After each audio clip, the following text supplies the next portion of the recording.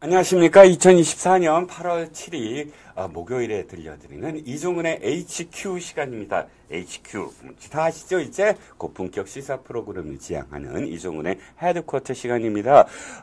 오늘도 비가 왔다가 또 햇빛이 짱짱했다가 오락가락하는 날씨입니다. 그래도 비는 좀 반가운 것 같아요.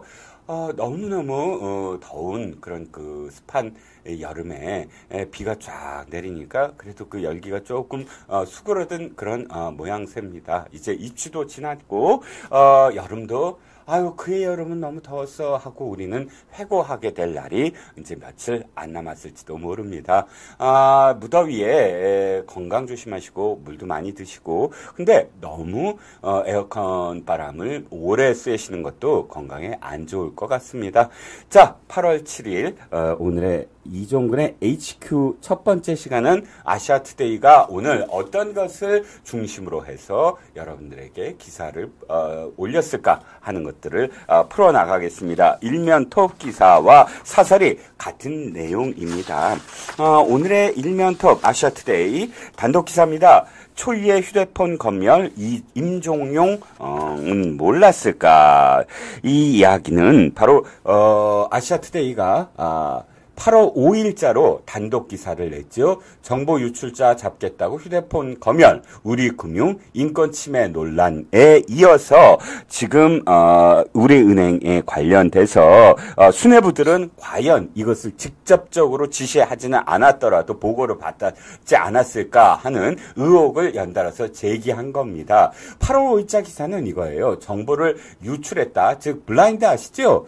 외부에 그러니까 소속되어 있는 그런 회사나 기관의 직원이 블라인드라는 그런 커뮤니티에 들어가서 자신과 관련된 그런 회사나 혹은 기관의 일들을 이야기하는 그런 커뮤니티를 이야기합니다.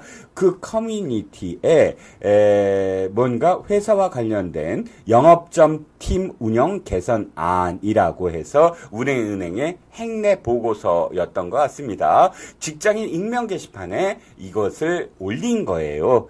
아마도 이건 블라인드의 특성상 블라인드에 소속되어 있는 회사와 관련돼서 인증을 받지 아니하면 들어가서 글을 쓸 수 없거든요. 그러면 내부에 있는 사람은 맞는 것 같습니다. 그러니까 내부에 있는 사람이 영업점 팀 운영 개선안을 올린 거예요. 뭐 그렇게 썩 잘했다라고 이야기할 수 있는 부분은 아니지요. 하지만 우리은행의 대응이 과연 옳았는가 하는 점입니다. 우리은행은 당시에 유출자를 색출한다는 명목으로 관련성이 있다고 판단되는 영업점 직원, 그러니까 영업점 팀 운영 개선 아니니까 영업점 팀 직원들에게 이것을 돌렸겠지요. 근데 이 지금 보고서를 받아서 올릴 개연성이 있는 사람을 20명을 추렸나 봅니다. 그래서 20명에 대해서 특별 조사를 단행했는데 문제는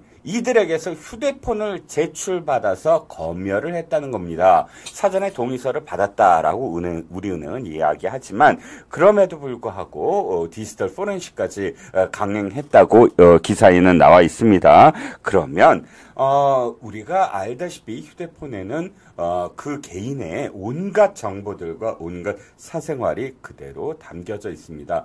검열을 한다는 건 그것을 관련이 있는 부분만 검색을 해서 찾아낼 수는 없거든요. 그러면 그 개인의 모든 것들이 통째로 검열팀에 공개가 되는 겁니다. 그래서 인권의 문제가 생길 수밖에 없겠지요. 물론 일부 그러니까 아주 그러니까 외부에 노출이 노출이 되면 전혀 안 되는 회사의 기밀 중에 기밀일 경우 특정 어떤 사안에 국한돼서 검열이 있을 수도 있습니다. 하지만 그건 특정 사안, 특정인과 관련된 그리고 동의를 충분히 구했어야 되는 어떤 문제인데 이건 물론 20명이라는 인원을 특정했다고 하더라도 너무 광범위한 그런 부분에서 이 사람들에게 동의서를 받았다고는 하지만 그러나 이런 분위기 속에서 동의를 하지 아니하면 불이익을 감수당할 가능성이 높지 않습니까? 그리고 동의를 하지 아니하면 혐의를 그대로 인정하는 꼴이 되는 이런 내절을 내가 알렸다 식의 원님 식의 그런 분위기 속에서 동의를 하지 아니할 사람이 누가 있겠습니까? 바로 8월 5일에는 이러한 부분을 이러한 부분을 지적한 것이고요.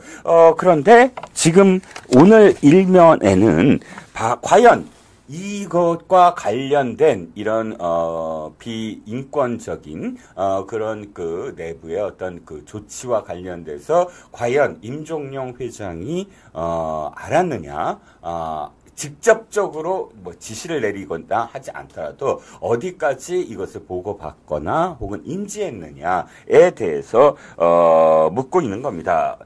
이 기사는 어쨌든 휴대폰에 디지털 포렌식까지 한 그런 인권 침해 논란과 관련돼서 검사본부 이것을 주도한 검사본부의 어떤 그 지휘 계통을 취재를 했습니다. 그래서 상임감사위원, 검사본부, 검사총괄부로 이루어진 구조이고 은행사업부문과는 별도로 운영되는데 지금 감사위원이 양현근 감사위원인데 임종용 회장과는 연세대학교 동문이다라고 이 기사는 지금 적시하고 있습니다. 그렇기 때문에 혹시 임종용 회장과 연관성이 있지 않느냐라는 그런 지금 그 의혹을 이 기사는 지금 제기하고 있는 것이고요. 그래서 지금 그 금융지주의 경우 사안에 따라 회장에게도 보고되는데 실질적으로 회장의 책임은 없는지 이런 인권 침해 논란이 있는 부분은 우리은행에서 앞으로 어떻게 지금 계속 대응을 할 것인지와 관련된 그런 지금 일면 기사를 보도를 했고요. 사설 역시 우리은행과 관련된 얘기입니다. 우리금융 횡령사고 재발 언론보도 외면한 탓입니다. 이번에는 횡령사고와 관련된 내용을 다루고 있는데요. 일단 우리은행에서 2022년도에 700억 원 횡령사고에 이어서 올해도 김해 지점에서 180억 원대의 대규모 횡령 사건이 지금 2년 간격으로 발생을 했다. 라고 지적을 하면서 대형 횡령 사고가 반복됐지만 우리은행은 사전에 두 사고를 제대로 감지하지 못했다는 데 문제의 심각성이 있다라고 지적을 합니다.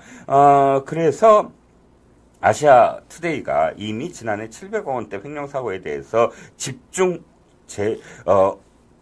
조명을 하면서 더 이상 이런 횡령사고가 일어나지 않게끔 점검을 요하는 그런 분석 기사를 냈음에도 불구하고 또다시 180억 원이라는 거액의 횡령사고가 난 점에 대해서 혹시나 임종용 회장 등 그 그룹의 임직원들, 지도부들이 이 고위 간부들이 이 사건과 관련돼서 제대로 반성을 2022년에 있었던 부분과 관련된 정말 대책을 제대로 마련하고 반성도 하고 성찰을 하고 해서 이런 일이 벌어지지 않게끔 했어야 되는 게 아니냐. 그런데 언론의 지적에 대해서만 고깝게 생각하고 도리어 이런 대응을 제대로 대책을 세우지 않았기 때문이다라고 이 사설은 지금 지적을 하고 있는 것입니다. 자, 아시아투데이의 칼럼 하나만 더 소개를 해볼까 합니다. 김영용 전남대 명예교수 경제학과 교수인데 오늘 8월 국회는 존재 이유에 충실하라라는 내용의 칼럼을 실었습니다. 칼럼의 시작은 노란봉투법에서 시작을 합니다. 노란봉투법은 하청업체가 원청업체를 상대로 단체 교섭과 노동쟁의를 할 수 있도록 하고 파업 노동자에 대한 기업의 손배 청구를 못하도록 하는 제한하는 것이 골자라고 이야기합니다. 지금 21대 국회에서 지금 논의됐던 개정안보다 더 한 걸음 더 강화된 그런 내용으로 구성되어 있고요. 박찬대 원내대표가 노란봉투법이 친노동법이자 친시장, 친기업적이라고 표현을 하지만 제가 생각해도 이건 반기업적이고 어떤 의미에서는 반시장적이면서도 반노동자적이다라고 표현하고 싶습니다.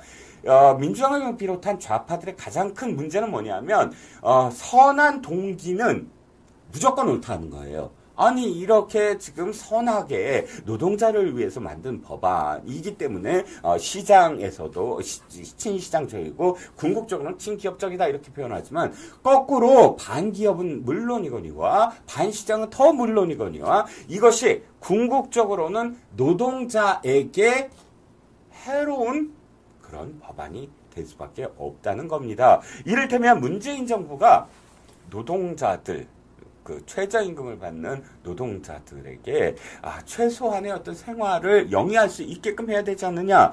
그러니까 선한 동기 이슈, 이런 선한 동기를 부르짖으면서 최저임금을 1만 원대에 육박하는 그런 그 인상을 어마어마한 인상을 했지요. 결과적으로 이게 친시장, 자영업자, 친노동자의 정책이 되었습니까? 그렇지 않습니다. 자영업을 하시는 분들이 이 올라간 이 시급을 맞춰줄 수가 없기 때문에 도리어 아르바이트생들을 고용하지 못하는 그런 상황이 되어버렸다는 겁니다. 그래서 결국은 어떻게 되죠? 그 시급을 받아서 생활을 했고 공부를 해야 될 아르바이트생들이 대거 일자리를 잃게 되는 그런 결과를 초래할 수밖에 없었다는 겁니다. 임대차 보호법 3법은 어떻게 됐지요? 임차인을 위한답시고 온갖 법을 다 만들었는데 결국은 임대인들이 그것을 견디지 못해서 자신들이 전세를 살고 있는 임차인들을 내보낼 수밖에 없는, 그러니까 전세금만 오르는 결과를 낳게 됐지 않았습니까? 프랑스 혁명 당시에 로베스피에르가 농민들을 위한답시고, 아까 그 물가를 잡는답시고 또 소비자들을 위한답시고 우유값을 동결해 버렸습니다. 그리고 우유값을 올리면 처벌을 한다, 이런 법안을 만들었습니다. 동기 선합니다. 우리 아이들에게 그러니까 비싸게 우유를 사서 먹일 수가 없지 않느냐. 값싼 우유를 먹여야 된다. 그러니까 값싼 우유가 나쁜 우유가 아니라 저렴하게 우유값을 묶어야 된다. 얼마나 좋은 법안이냐. 결과적으로는 어떻게 되는지 아십니까? 그 가격을 맞출 수 없는 축산 농가가 어떻게 됐습니까? 우유를 생산하지 않은 거예요. 맞출 수가 없기 때문에. 아니, 그 가격에 그러면 더 손해를 보고 하는데, 그런데 가격을 올리면 어떻게 돼요? 처벌돼요. 그럼 어떻게 돼? 그래서 아예 우유를 시장에 출시를 하지 않았습니다. 짜지를 않은 거예요. 어떻게 됐습니까? 우유값만 폭등을 해서 서민들이 완전히 고통을 당할 수밖에 없었다는 겁니다.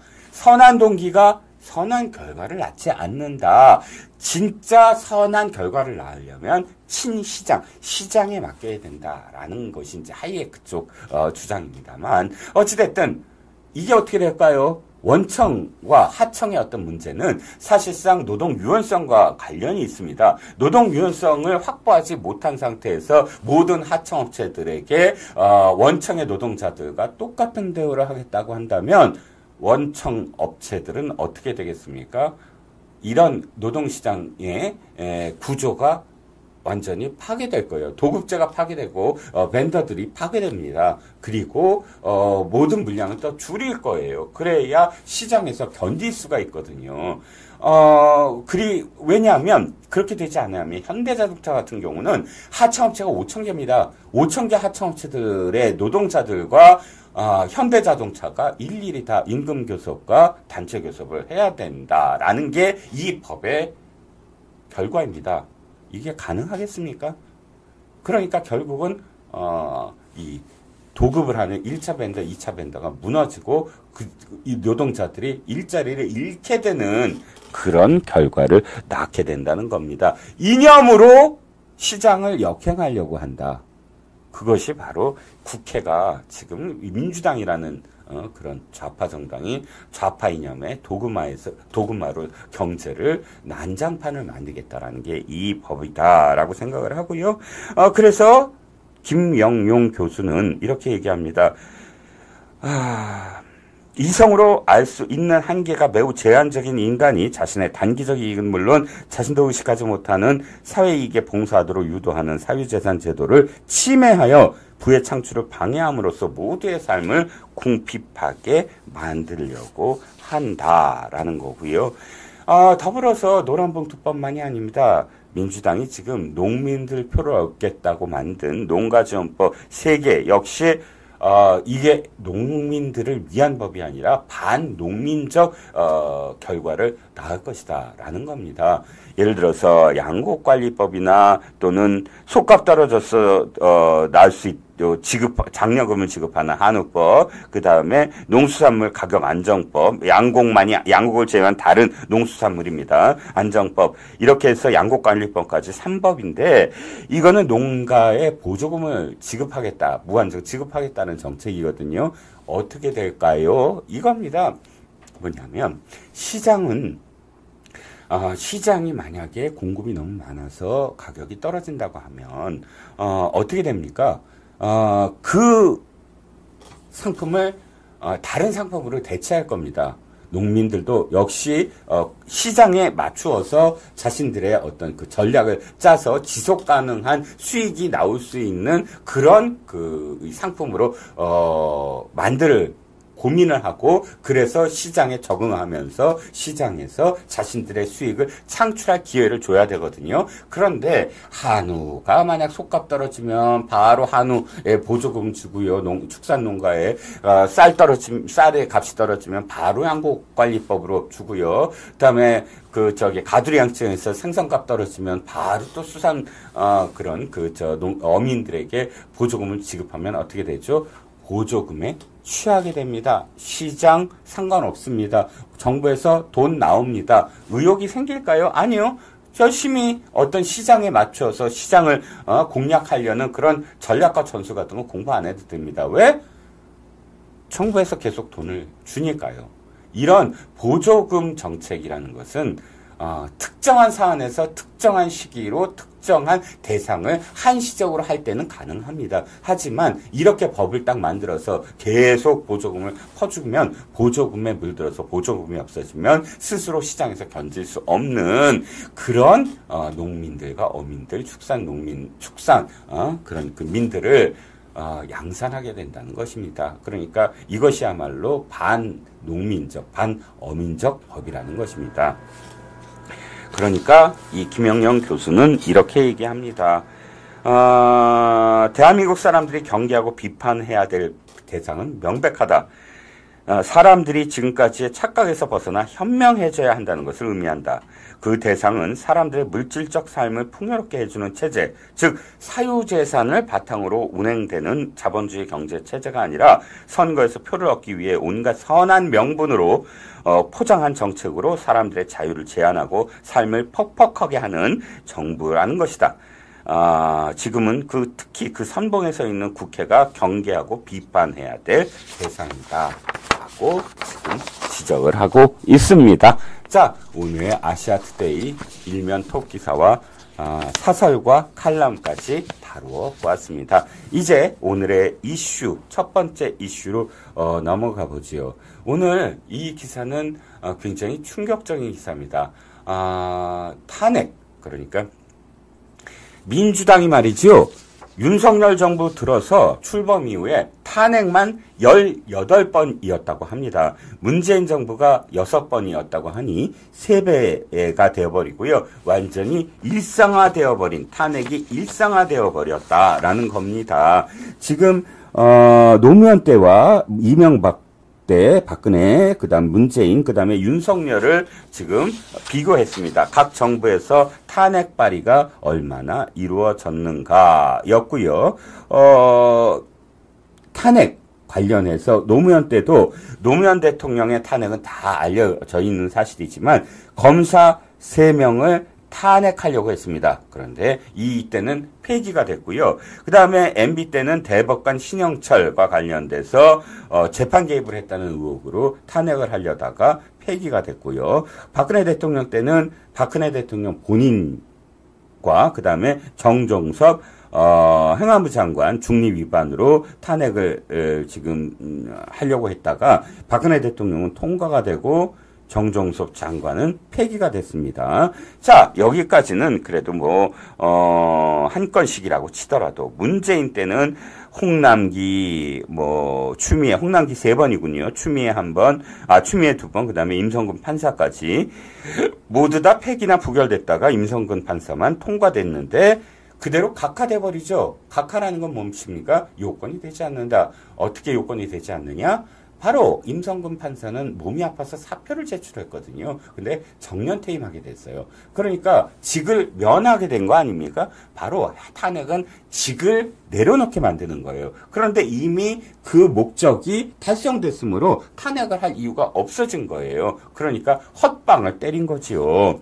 그런데 지금 윤석열 정부에서는 문재인 정부에서는 물론 폐기는 됐지만 폐기 부결됐지만 6번이었다면 윤석열 정부는 18건입니다. 처음 이상민 행안부 장관을 필두로 해서 안동원 검사, 이동관 방통위원장, 그 다음에 검사 손준성, 이정석, 이희동, 이몽석, 그 다음에 또 한 번 이동관 방통위원장, 그 다음에 손중석, 이정섭 검사, 또 한 번 이동관 방통위원장에 김홍일 방통위원장까지, 그 다음에 김영철, 강백신, 박상용, 어미준 검사, 그리고 이상인 방통위원장 직무대행과 최근에 이진숙 방통위원장까지 18건의 탄핵소추안을 발의를 한 겁니다. 윤석열 정부 2년 동안 발의된 탄핵소추안이 문재인 정부 5년 동안 발의한 탄핵소추안의 3배에 달하는 건 물론이고요. 그 다음에 76년 대한민국 헌정사에서 윤석열 정부 충범 이후 지난 2년간의 탄핵소추안 발의가 전체의 58%를 차지하고 있다는 겁니다. 그런데 박근혜 대통령 탄핵이 통과된 원안대로 인용된 것을 제외하면 그 어떤 것도 헌재에서 인용된 사실이 없습니다. 특히나 윤석열 정부 이후에 지금 민주당이 탄핵춤을 추고 있는, 탄핵 노름을 하고 있는 상황에서는 더군다나 단 한 건도 인용되지 않고 전부 다 기각되고 있다는 겁니다. 그런데요, 지금 파이낸셜 뉴스의 기사를 소개시켜드렸는데 더 충격적인 게 있습니다. 데일리안이 오늘 단독으로 김장겸 국민의힘 의원을 통해서 국회 사무처로부터 제출받은 자료를 분석한 결과 이런 탄핵들에 전부 다 국민들의 혈세가 낭비되고 있다. 생각해 보세요. 시청자 여러분, 구독자 여러분. 여러분들이 지금 낸 세금이 이런 민주당의 탄핵 노름에 펑펑 쓰여지고 있다라고 하는 겁니다. 탄핵이 그야말로 필요해서 정말 헌재가 인용될 수 있는 그런 탄핵이라면 또 모를까? 그렇지도 않고 무조건 탄핵소추부터 해서 무슨 검증을 한답시고 자신네들이 수사기관도 아닌데 찾아다니는 꼴에 그냥 발목만 붙잡는, 그러니까 장관들의 일을 못하게 하는 발목만 붙잡는 이런 탄핵에 한 번에 그냥 1억 원씩이 낭비되고 있다라는 게 데일리안 기사입니다. 실제로 들여다보면 국회 사무처 비용으로 들어가는 돈이에요. 이게 국회 사무처 돈은 어디서 생깁니까? 세금입니다. 우리들의 호주머니에서 다 나간 돈이에요. 자, 2021년 이후, 그러니까 2021년은 민주당이 임성근 부장판사를 탄핵한 그 시점부터 이상민 행안부 장관, 안동환 부산지검 차장검사 등에 대한 탄핵소추와 관련돼서 1억 원 안팎의 예산 지출이 있었으며 올해 들어서도 현재까지 324만 원이 들어갔다라고 이 기사는 소개를 합니다. 구체적인 내용은 뭐냐면 왜 이렇게 들어가느냐?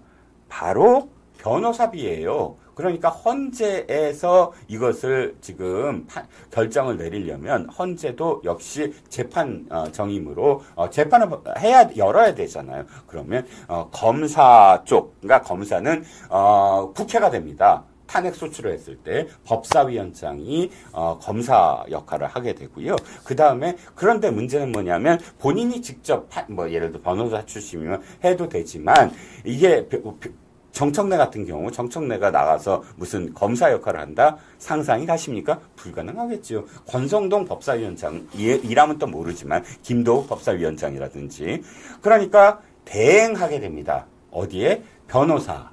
이것도 변호사에 선임을 해서 변호사들이 그 역할을 하게 만드는 것이고요. 그러니까 법사위원장을 대리할 변호사의 선임 비용과 그 다음에 탄핵 심판 수임료 등으로 2021년 임성근 탄핵 소추안과 관련돼서 1억 120만 원이 집행됐다고 합니다. 결과적으로는 근데 어떻게 됐죠? 각하됐어요. 각하라는 건 뭐죠? 안의 내용을 들여다볼 필요도 없다는 겁니다. 내용을 점검하지도 않았어요. 이미 형식 요건에서 이것은 추진할 이유가 없다라고 헌재가 판단해서 그냥 내치는 게 각하입니다. 그러니까 아예 본안 그 내용을 다퉈보지도 않고 각하로 그냥 끝나버린 그 탄핵 노름에 1억 원 우리들의 혈세가 그대로 낭비됐다는 겁니다. 그 이외에도 예산 낭비는 2023년에도 이어져서 민주당이 지난해 2월 이상민 탄핵 소추안을 가결시키고 9월에는 안동안 차장검사에 대해서 소추안을 가결시켰는데 2023년에는 9,900만 원이 들어갔고요.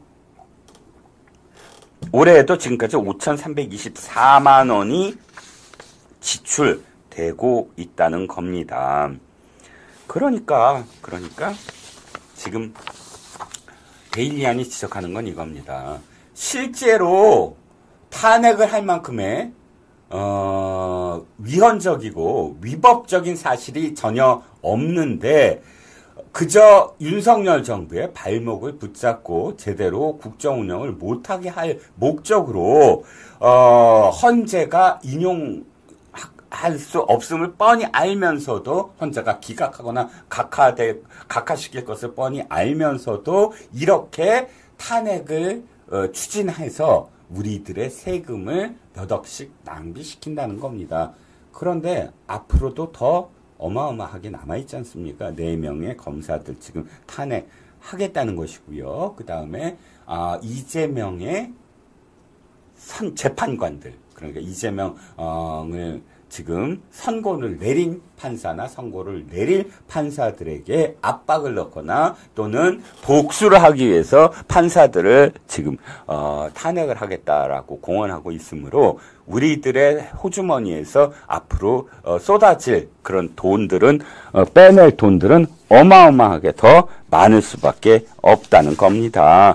그러니까 참 이 어마무시한 그런 내용이고요. 민주당은 인권위 상임위원 탄핵을 위해서 아예 법안까지 바꿔가면서 인권위원까지도 하겠다. 온갖 지금 그 난리를 다 치고 있는 겁니다. 그런데 저는 이렇게 생각합니다.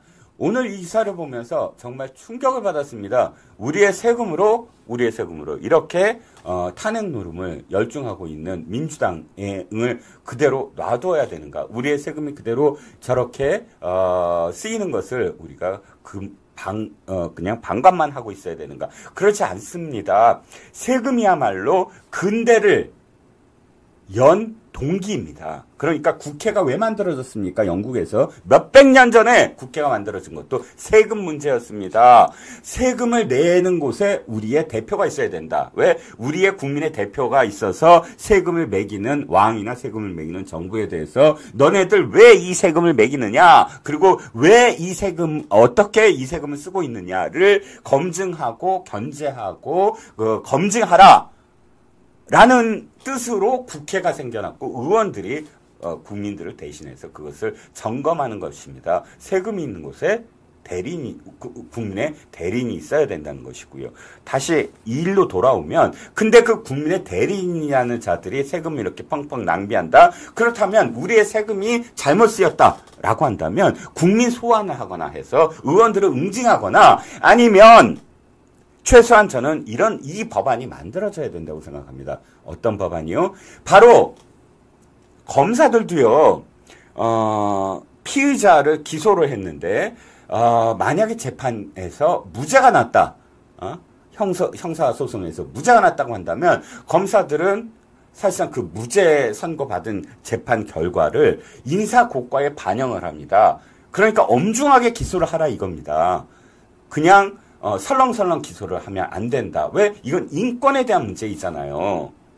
피의자의 인권에 대한 문제이거든요. 그렇기 때문에, 다시 들여다봐서 이건 정말로 재판에서 이길 수 있는, 그러니까 유죄를 할 수 있는 그런 사안에 엄중하게 재판을 해라. 그저 무죄가 났더라도 상관없어. 그냥 재판부가 그렇게 판단하겠지. 이런 게 아니라는 겁니다. 그렇다면 국회도 똑같은 것을 적용해야 됩니다. 어떻게? 일단 세금 문제부터 얘기를 해보죠. 우리의 혈세가 쓰이는 곳이 국회예요. 그럼 국회가 이것을 제대로 썼는가? 제대로 쓰지 않았다고 한다면 거기에 대한 페널티를 줘야 된다는 것입니다. 어떻게? 그러니까 지금 민주당이 발의를 하고 소추를 시켰잖아요. 탄핵 소추를 시켜서 헌재에 갔잖아요. 근데 헌재에서 만약에 기각이 되거나 각하되면 그 탄핵 소추안을 발의한 의원들은 세비를 반납해야 됩니다.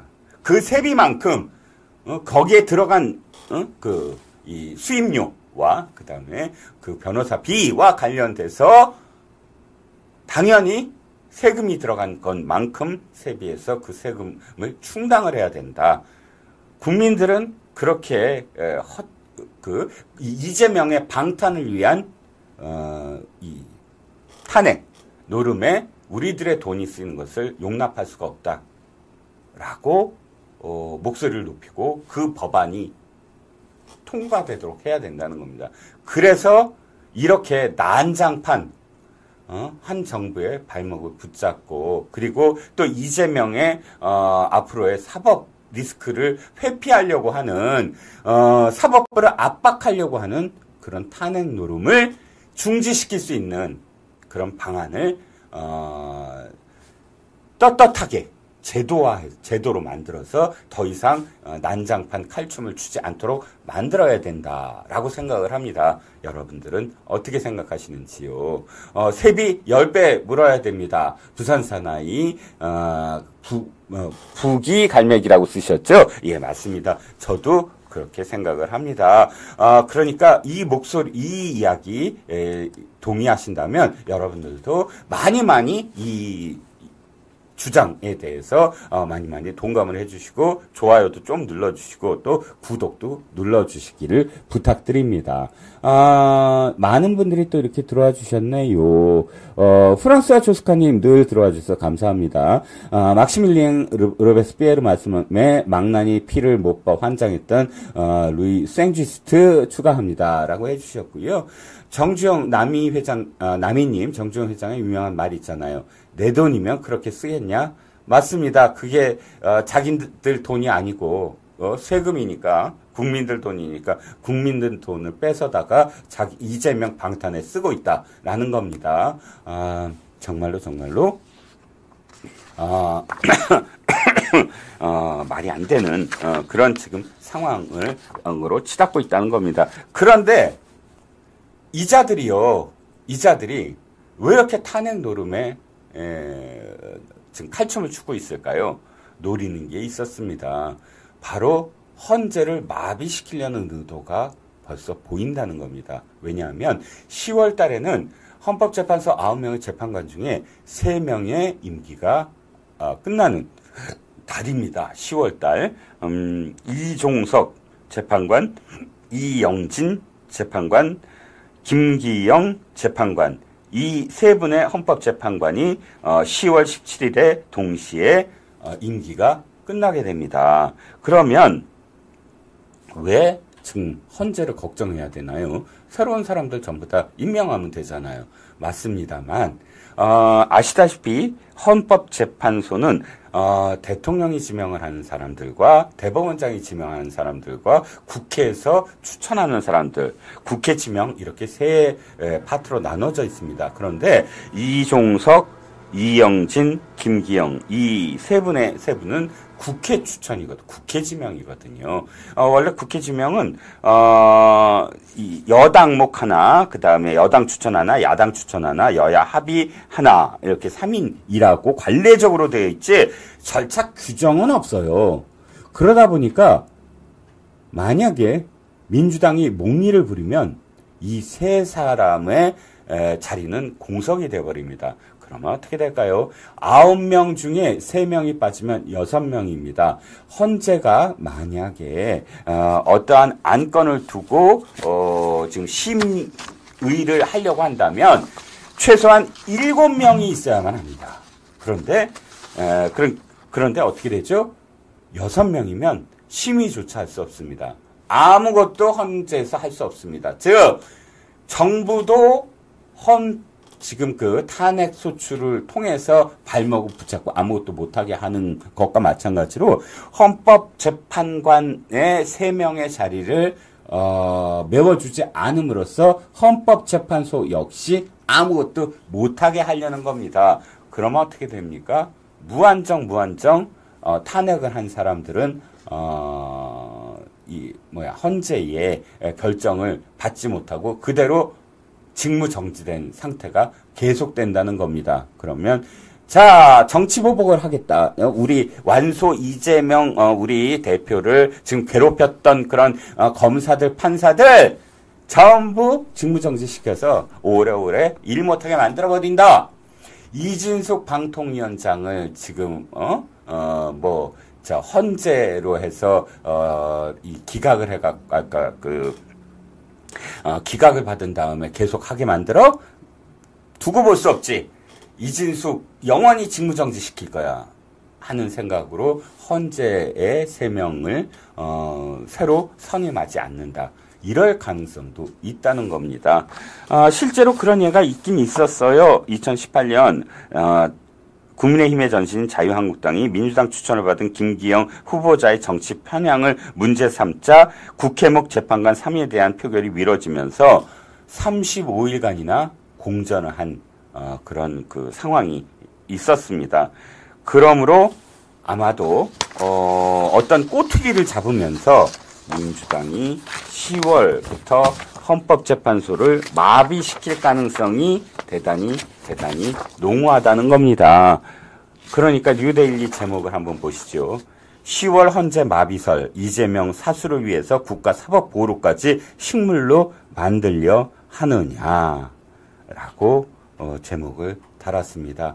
장동혁 최고위원이 대단히 걱정을 했죠. 지금의 이재명의 민주당 같으면 당연히 이것도 할 가능성이 높다. 후한무치하게 법사위와 가방위를 망가뜨려까지 가면서 이렇게 탄핵의 노름에 열중하는 것을 보면 이재명의 10월달 사법 리스크를 어떻게든 물타기를 하고 그 다음에 사법 리스크와 관련돼서 사법부에 압력을 넣기 위해서라도 헌법재판소를 마비시켜서 그 전에 탄핵할 그 검사와 판사를 전부 다 탄핵 수출을 해버린 다음에 영원히 직무정지를 시켜서 일을 못하게 하게끔 하는 그런 시나리오를 쓰고 있지 않느냐라는 게 지금 걱정 어린 그런 기사들이 지금 나오고 있고요. 그런데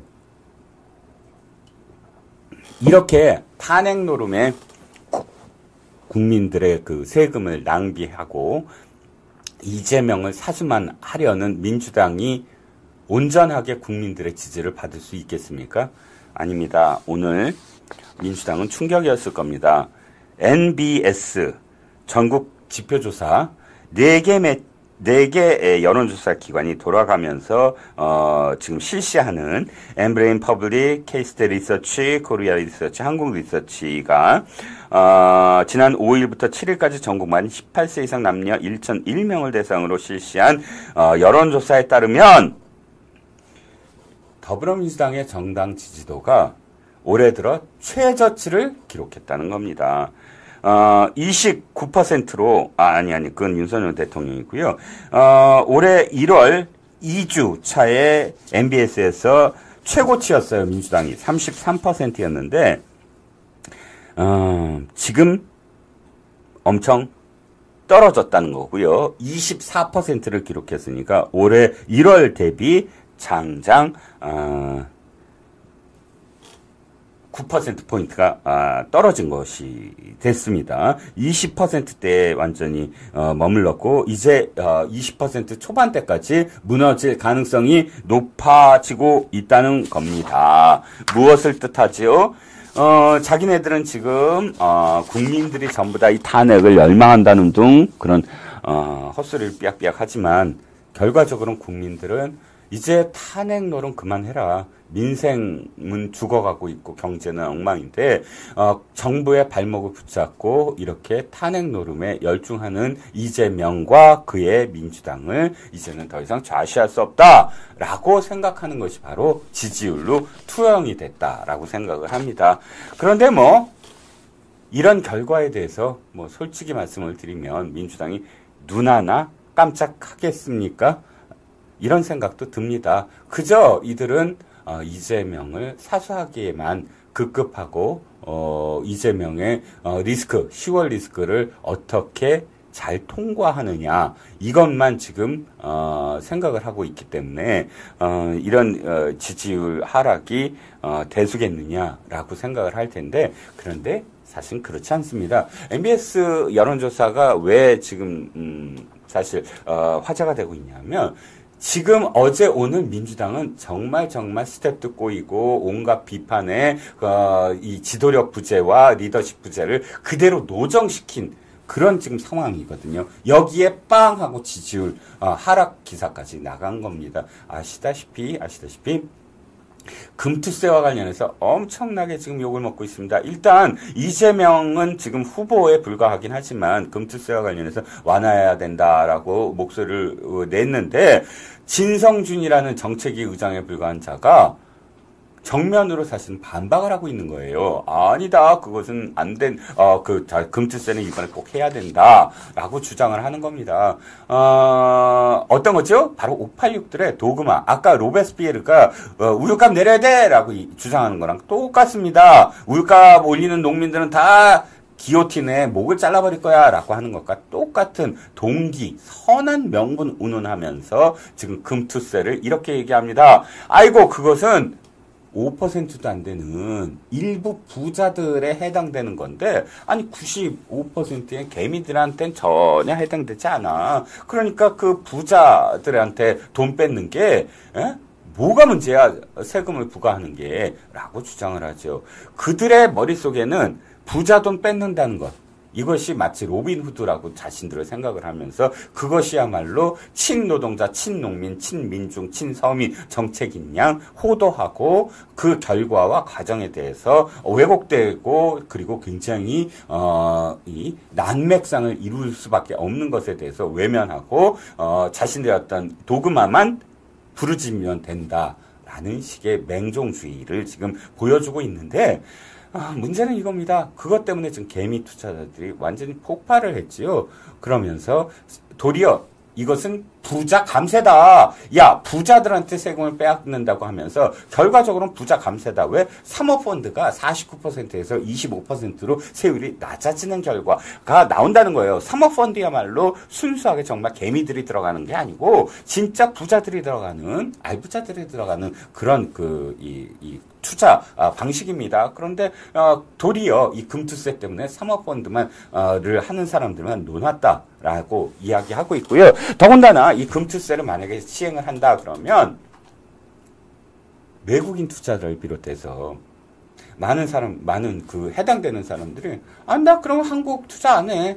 지금 글로벌이잖아요. 글로벌 증권시장도 다 글로벌화되어 있습니다. 서학개미라고 해서 다 지금 미국 그 주식도 다 살 수가 있고요. 외국 주식 다 투자가 가능하잖아요. 그러면 투자자 입장에서 굳이 내가 세금까지 물어가면서 어떤 세금까지 물어가면서 이 나라에 뭐 투자할 이유가 뭐가 있어? 메리트가 뭐가 있어? 그럼 일본 투자를 하든가 아니면 미국 투자를 하든가 하지 하고 한 번에 빠져나갈 가능성이 있다는 겁니다. 그렇다면 개미들끼리 푼돈 내면서 주식시장에서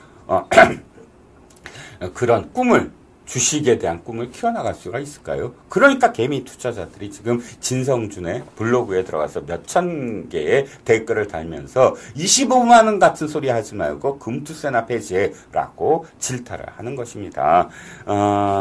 그런데 역시 운동권, 그러니까 경제도 운동권적 시각으로 망쳐보겠다라고 작심을 한 민주당, 더욱더 지지율이 떨어지는 것만 계속 찾아다니면서 이렇게 하고 있다.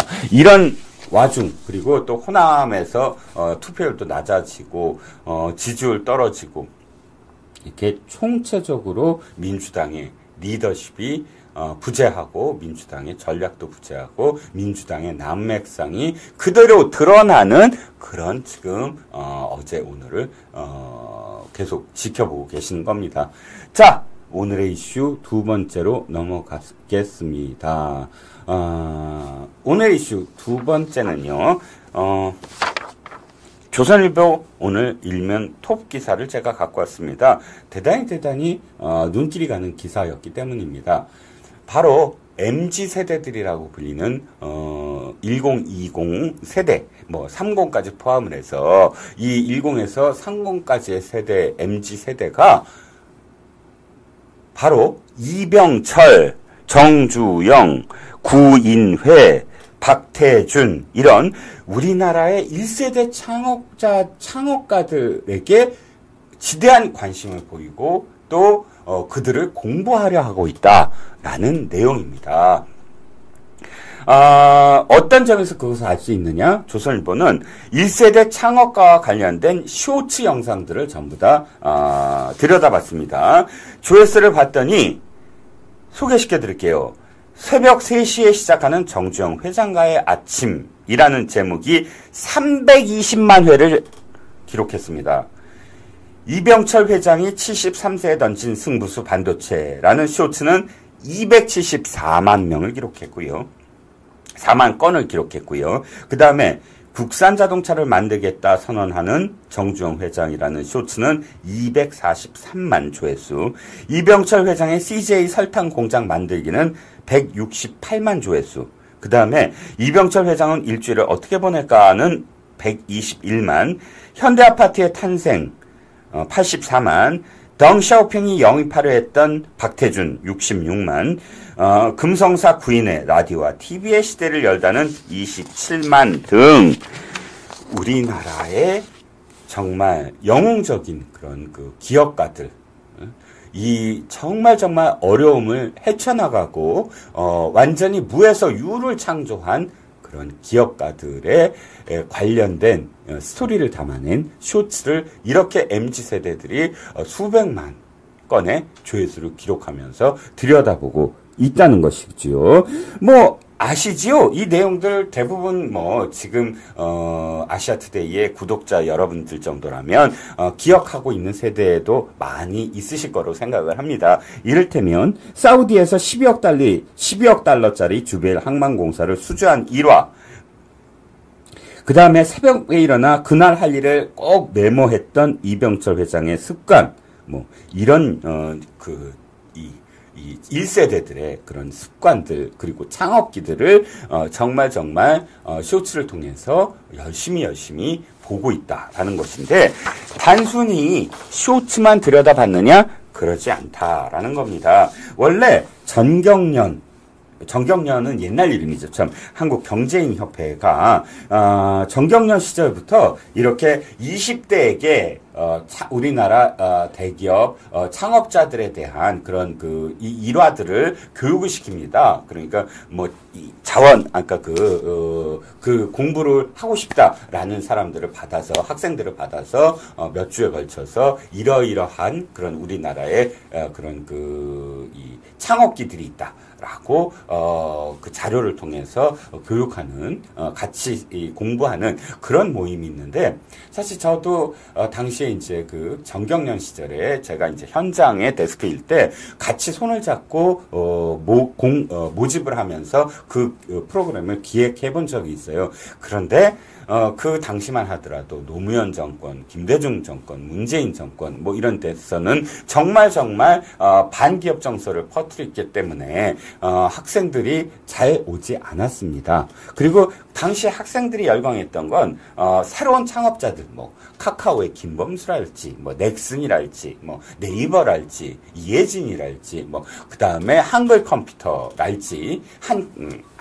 아래아 한글 그 워드 프로세서랄지 이런 회사들과 관련돼서의 창업주들의 관심을 뒀지 우리 그 1950년 60년에 정말 척박한 시대에서 대구를 중심으로 해서 일어났던 효성 그 다음에 삼성 이런 대기업들과 관련돼서는 전혀 돌보지 않았던 기억이 납니다. 그런데 지금 MZ세대들은 아니라는 거예요. 지금 보니까 경제인협회에서 지난 6월 롯데그룹과 함께 신격호 창업주 추모관이 있는 롯데인재개발원에서 기업가 정신 캠프를 열었는데 와 대학생이 200여 명이 모였다고 합니다.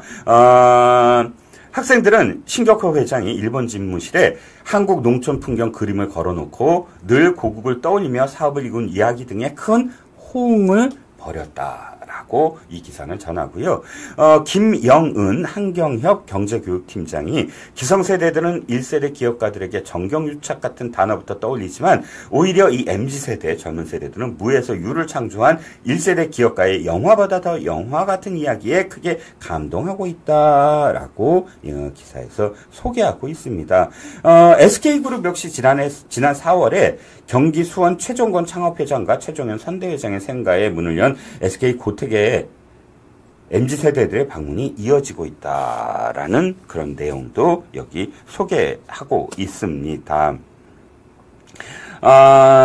지난달 초 경남 진주시에서 열린 진주 K기업가 청년 포럼에는 25개 대학의 경제 경영 관련 전공 대학생 200명이 참석해서 진주 의령 함안에 있는 LG, GS, 삼성, 효성 등 4대 창업주의 생가를 방문하고 창업 역사를 공부했다고 합니다.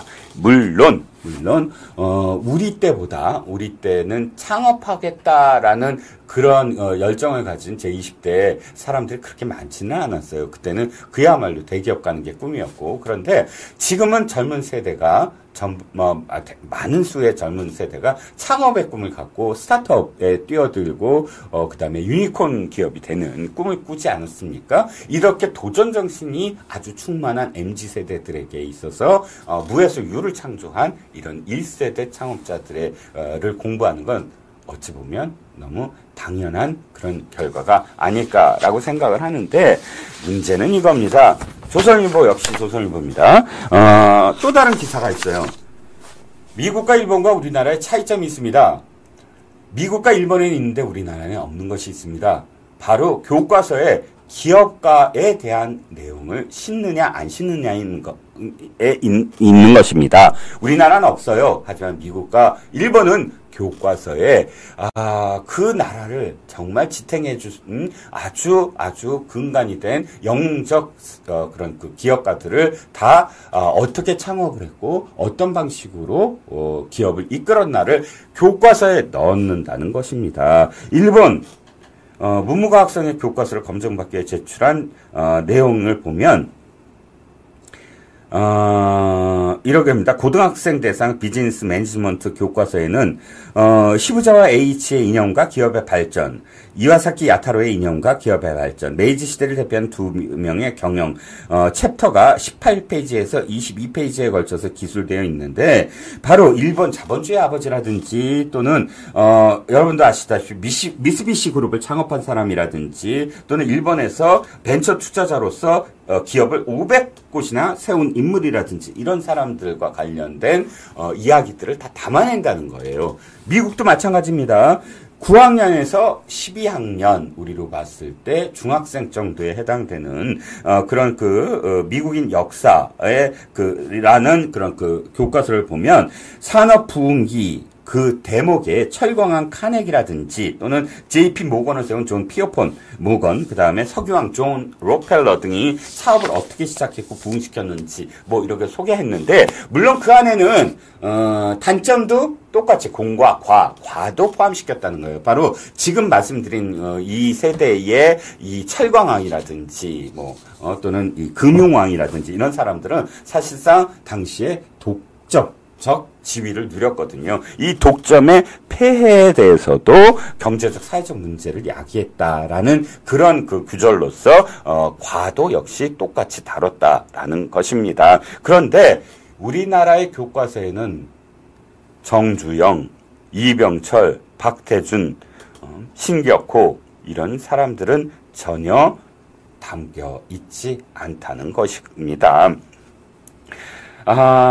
그렇죠. 미국 같은 경우는 정말, 일본 같은 경우는 정말 자신들이 산업화 시절에, 산업화를 이끌었던 그런 기업가들의 정신을 그대로 구현시킬 수 있도록 이렇게 교과서에서 비중 있게 다루고 있는데, 우리나라는 도리어 정경유착, 등등의 꼬리표를 붙여서 반기업 정서만 부추기고 있다는 것입니다. 그러니까 2021년 기록이긴 하지만 기업하고 있는 사람들에게 설문조사를 했더니 그중에 96%가 우리나라의 반기업 정서를 참 못 견디겠다. 반기업 정서가 우리나라에 만연하고 있다라고 다들 대답을 했다고 합니다. 그러니까 우린 지금 기업가들의 정신에 대해서 도리어 폄하하는 그런 좌파 정권들의 이 터널을 지나왔다면, 지금은 우리가 기업가, 스타트업을 지금 꿈꾸고 있는 젊은이들을 우리 더 양성화하고 그들이 꿈꾸는 새로운 어떤 사업, 이 미래 사업들 를 지원하기 위해서라도 지금 교과서에서 기업가 정신과 관련된 자본주의 시장과 관련된, 물론 미화만 하라는 거 아니고요. 관련된 그런 챕터를 만들어서 우리의 미래 아이들에게 꿈을 키워줄 수 있도록 하는 것, 이것이 얼마나 지금 절박하게 필요한 일인가에 대해서 제가 오늘 구독자 여러분께 문제를 한번 제기하는 차원에서 기사를 갖고 와봤습니다. 여러분들도 동감해 주신다면 더 많은 분들이 이 이야기를 전파할 수 있도록 좋아요와 구독도 눌러주시면 정말 감사하겠습니다. 자, 박경현님 또 오늘 고생 많으시고요. 또 이렇게 동의해 주셔서 너무 감사합니다. 또 남희님도 이렇게 또 광복절 말고 건국절로 이름 바꿔달라라고 해주셨고요. 이화님, 링카님은 정당 해체가 답입니다라고 말씀해 주셨습니다. 자, 오늘 1시간 정도 이렇게 달려와 봤습니다. 여러분들 어떻게 들으셨는지 모르겠습니다. 이종훈의 HQ는 언제나 다른 곳에서 들었던 이야기를 좀 더 세밀하게 들려드리도록 노력하고요. 또 다른 곳에서 듣지 못한 이야기들을 새롭게 여러분들한테 들려드리도록 더욱더 노력하겠습니다. 들어주셔서 정말 감사하고요. 내일은 이 시간에 송구권의 현장 정치가 이어집니다. 저는 월요일날 6시에 뵙겠습니다. 다들 건강 조심하시고요. 8월 7일에 이종훈의 HQ는 여기서 문을 닫겠습니다. 감사합니다.